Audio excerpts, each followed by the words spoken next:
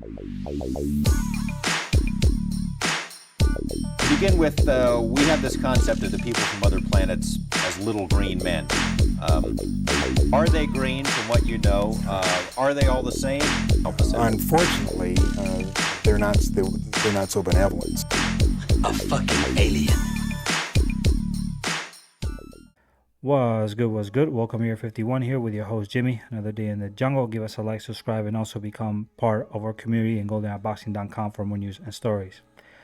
All right, so the news of the week was that Canelo Alvarez posted a tweet where he said that he would fight Jermell Charlo September 30th. Now, it's not official yet because it's not posted in BoxRec, but he did say he was going to fight him. So he's probably going to fight Jermell Charlo. Prior to that fight, he was supposed to fight Jermell Charlo, but Jermell Charlo has all sorts of problems right now. He's suffering some mental conditions. There's a lot of things going on with a lot of boxers mentally. We'll get to a different video with that, but he's not having a good time, and he's been inactive for more than 2 years, which makes everything worse. And he was about to pick Jermell Charlo, which would have been a cherry like no other.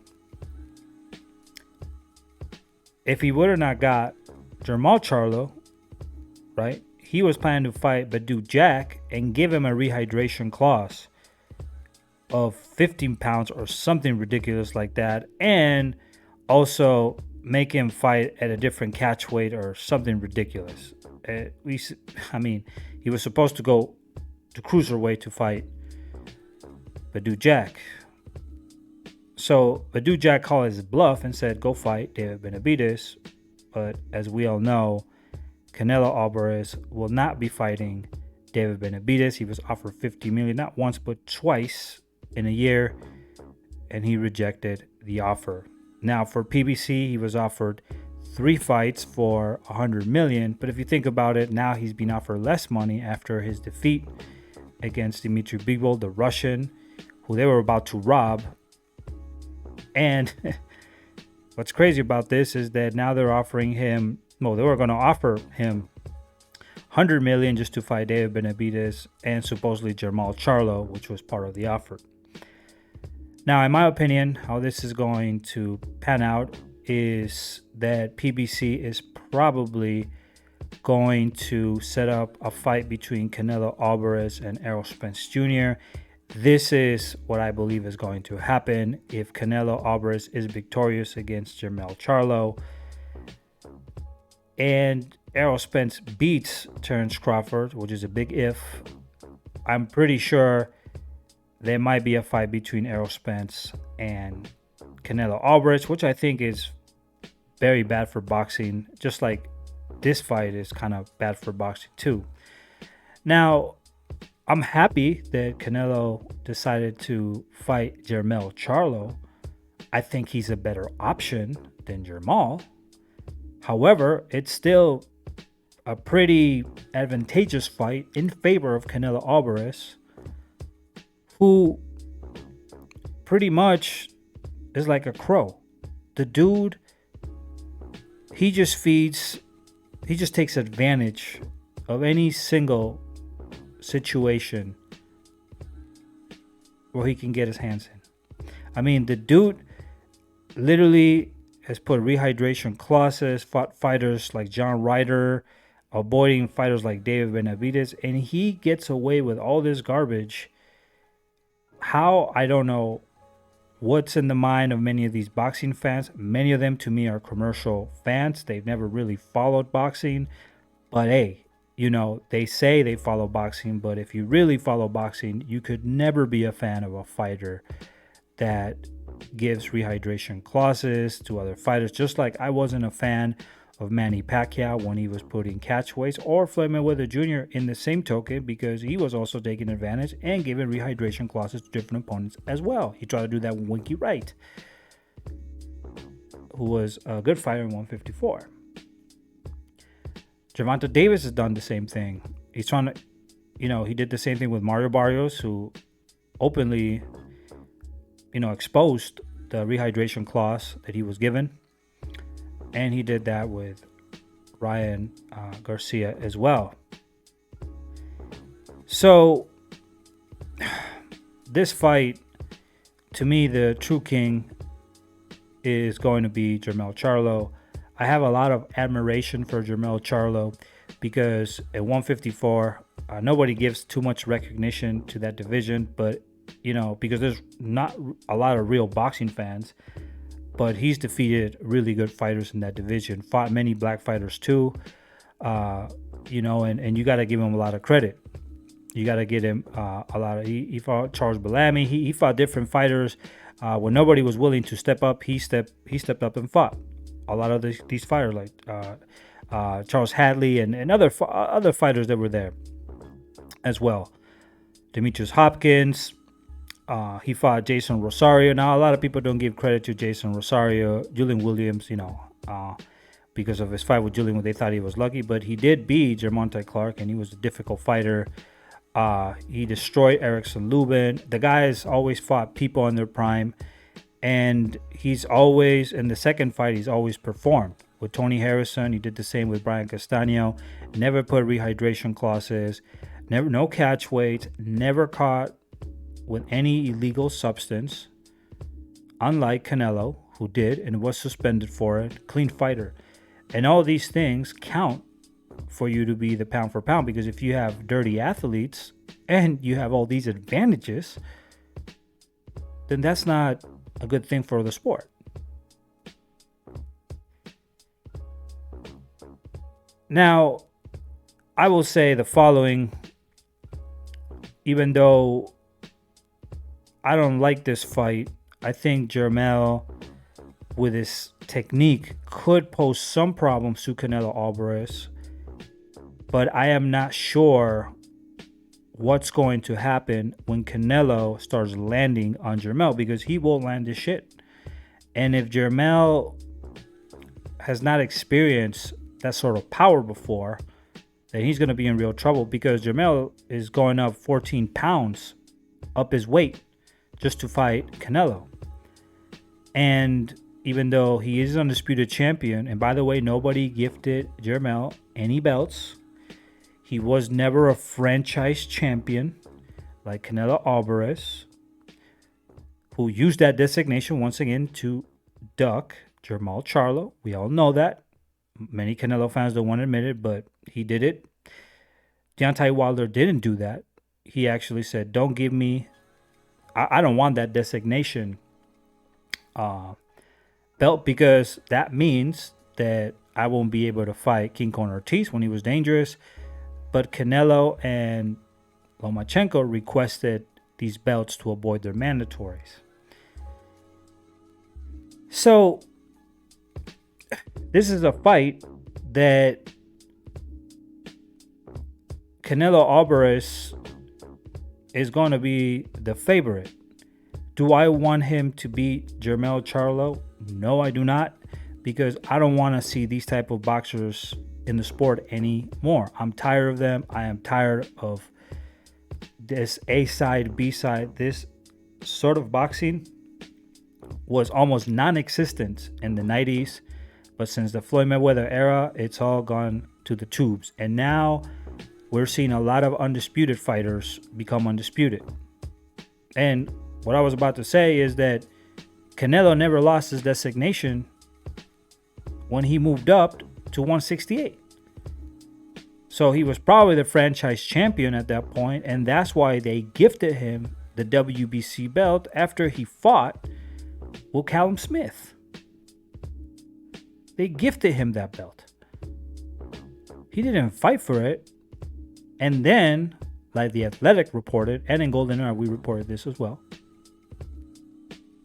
he requested the fight for Aldi Gildrum, but it was not ordered. Go ahead and look it up in Google. Don't even ask me. So this is not the pedigree of a real champion.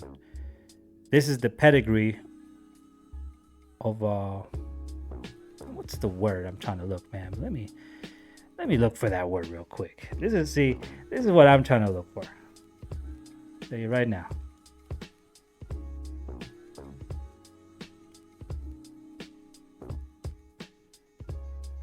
Scavenger. There you go. That's the word I was trying to say, man. I couldn't say it. So he's a true scavenger. Canelo is a scavenger. And scavengers do this sort of shit. Scavengers always look for an advantage. Gervonta Davis is also a scavenger. Scavengers, they move up different weight classes to avoid certain fighters. That's what scavengers do. Canelo is a true scavenger. And he will never fight anybody who he thinks he can't beat. That's why he avoided Demetrius Andrade for an undisputed championship, and he was going to make history for Mexico. If Canelo would have beat Demetrius Andrade at 160, which traditionally is middleweight, 160, 154, historically always being technically middleweight. 168 counts as light heavy, just to let you know. 168 and 175. If he would have been undisputed in 160, he would have made history for Mexico. That's the division of Sugar Ray Robinson. That's the division of Harry Greb. That's the division of Freddie Steele. That's the division of many great champions. He could have been a champion there and make history, but he missed the boat. Why? Because at the end of the day, he is a scavenger. 40 million just was not enough to fight Demetrius Andrade, because Demetrius Andrade has not fought anybody. But we all know the Gildrim and, Rocky Fielding with a rehydration clause, and, Chavez Jr. was inactive for a while. We all know that James Kirkland was definitely a much tougher opponent than Demetrius Andrade. Insert joke. And the list goes on and on and on. I mean, John Ryder, we all know, with 5 losses, how he was far superior than Demetrius Andrade, who, at least had 3 belts in 2 different weight classes. But, that's here, near, there, apparently. That doesn't count anymore. Belts don't matter. But when I say that Canelo is not undisputed, then they do matter now, right? Incredible. So, this is not good overall, because Jermell Charlo is the one who's taking the risk. So I got to give Jermell Charlo a lot of credit for this. He's definitely not avoiding Sue, because he's already an undisputed champion. He was going to fight him. If he was going to fight Sue, a lot of people, Canelo fans, would have said Canelo offered him a fight and he avoided it. So I can't blame him for taking the money. Do I agree that Jermell should go up and face Canelo Alvarez? No, I do not agree with that, because once Jermell Charlo moves up to the division of Canelo Alvarez, he can't go back down to 154. It's going to be very hard for his body. So he's probably going to end up in 160. And that means that Jermell Charlo will be Canelo's next opponent if it's not Errol Spence, which once again would not surprise me if he becomes the next opponent. Jermell, to me, would be Canelo Alvarez under similar circumstances, under a fair fight where both weigh the same. But going up to 168 is Canelo's little realm there. He didn't look as good with John Ryder, but John Ryder is a bigger dude than Jermell Charlo. So, in my opinion, Canelo Alvarez is going to try to hunt down Jermell Charlo like Castaño did, but the punches of Canelo Alvarez, I mean, Canelo is a good fighter. There's no question about that. Outside of being a scavenger, he's definitely a good fighter, but the power is going to be a problem for Jermell, so he's going to have to outbox Canelo Alvarez, and he's going to have to really, really hurt him. Canelo Alvarez is not an easy opponent to put down. I don't think any fighter has put down Canelo Alvarez so far in boxing. He fought Dimitri Bivol. Dimitri Bivol was giving him a beating, but he stood there. So he took it like a champ. John Ryder was hitting him as well with good shots, but John Ryder doesn't have too much power. So the real question here is going to be if Jermell Charlo is going to have the fortitude. I know he has the mental fortitude, but the physical attributes to stop Canelo's power. That's something I don't know. And I think that if Canelo lands to Jermell Charlo, that's going to be a problem. Now, if for some reason Jermell is capable of landing on Canelo Alvarez and tie up Canelo Alvarez and what people will call hugging, which is just called boxing. If you're smart, if you're getting a street fight and somebody's beating the shit out of you, you know, the bet you're gonna tie up too, buddy. You know, don't make yourself a macho man, because boxing is the art of hitting and not getting hit. It's not a street fight. And if you don't know that, then why are you watching boxing? Okay? Why are you watching boxing? I mean, Willie Pep, as good as he was against Jackie Graves, I mean, one of the judges, I mean, all the judges gave him a round and he didn't even throw a punch.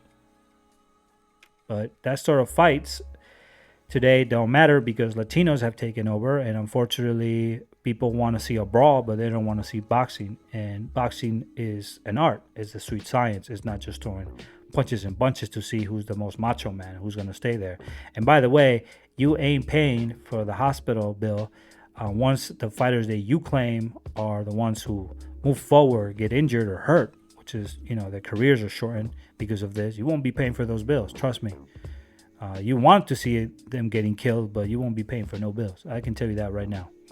So I don't encourage, I encourage smart boxing, never encourage just moving forward in the line. But either way, Canelo is a good fighter, and he will try to cut the ring and punish Charlo. And I think the uppercuts are going to be an issue for Charlo in this fight. So we'll see what happens. I'm not really happy with this fight.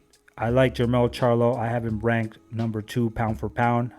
I have Usyk number 1 right now, and depending on what happens with Crawford, if he beats Errol Spence, that means he will be undisputed in 2 weight classes. So I have to put it number 1, Usyk number 2, and then Jermell Charlo number 3. Jermell Charlo, out of all the undisputed champions, he had the most difficult division, fighting fighters in their prime, no advantages.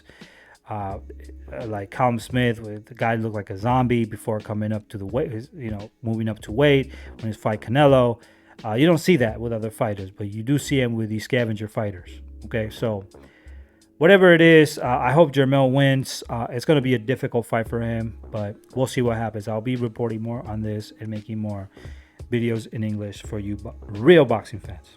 Okay, so give us a like here, subscribe, and become part of our community in goldenboxing.com. And like they say in New Mexico, deuces cruces. We'll see you in the next video. Peace out, and to the next.